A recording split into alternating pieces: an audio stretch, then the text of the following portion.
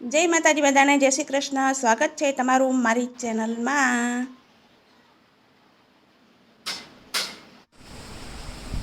તો આકાશમાં વાદળ તમે જોવો, વરસાદ પડું કરે છે પણ પડતો નથી ને વરગણીએથી કપડાં ઉતરતા નથી। અને મારા ઘરવાળા બ્લેન્કેટ ઓઢવાનો આપું છું પણ લેતા નથી, બસ બેડશીટ ઓઢવાની જ। તો આ ઢોકળીઓ અંદર રસોડામાંથી બહાર લાવી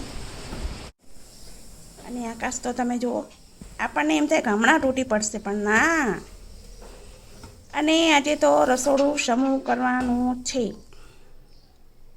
નહીંતર રસોડામાં ચોમાસામાં રહેવાતું નથી, બહુ ગંદકી થાય છે। તો આ બધું આ લસણવાળું, લસણની ટોપલી બધી ખાલી કરી, ડુંગળી બટેકા અને શાકભાજી મૂકવાની આ છે ટોપલી, ઘસી નાખવાની છે સારી કરી, નથી સડી, સારી છે ડુંગળી। અને આ મારિયાની બરણી તો તમે જુઓ, એક તો ધુમાડાવાળી ને પાછી તેલ ઉડે। તો બધું સમૂહ કરવાનું છે, નહીં તો ચોમાસામાં તો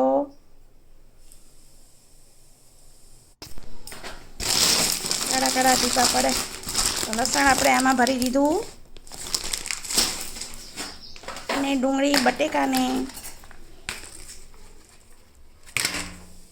કલાક માટે આપણે બરણી પર રાખી દઈશું। અને જો બટેકા પાટલી પર રાખી દીધા છે, પછી ઢોકળી ઘસાઈ જાય ને એટલે એમાં ભરી દઈશું।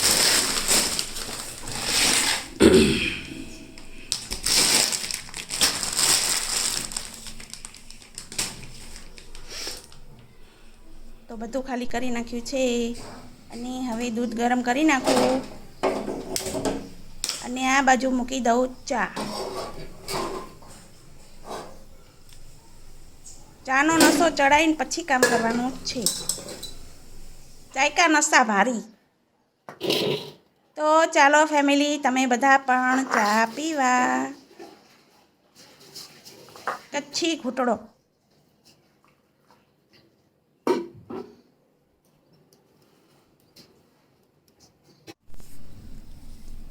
તો આ માટલું મૂકવાનું સ્ટેન્ડ છે ને, તેની અંદર કરોડિયો જતો રહ્યો છે, બહુ મોટો છે। મને તો બીક લાગી ને તો મેં બહાર જઈને પાટલી પછાડી, કારણ કે કચ્છમાં કરોડિયા બહુ મોટા હોય। તો જો આપણે બધું ક્લીન એન્ડ ક્લિયર કરી નાખ્યું છે, હવે ખાલી ગોઠવણ કરવાની છે અને જમવાનો ટાઈમ થઈ ગયો। તો બટેકાનું શાક, છાશ ને રોટલી, ચાલો તમે બધા પણ જમવા।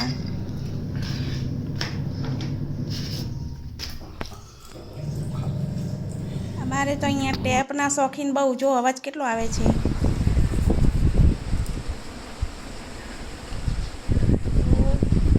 મેં હમણાં જ ફર્યું સાફ કર્યું હતું, તે છતાંય મારે આજે બ્રશ કરીને સારું કરીને ધોવું પડ્યું।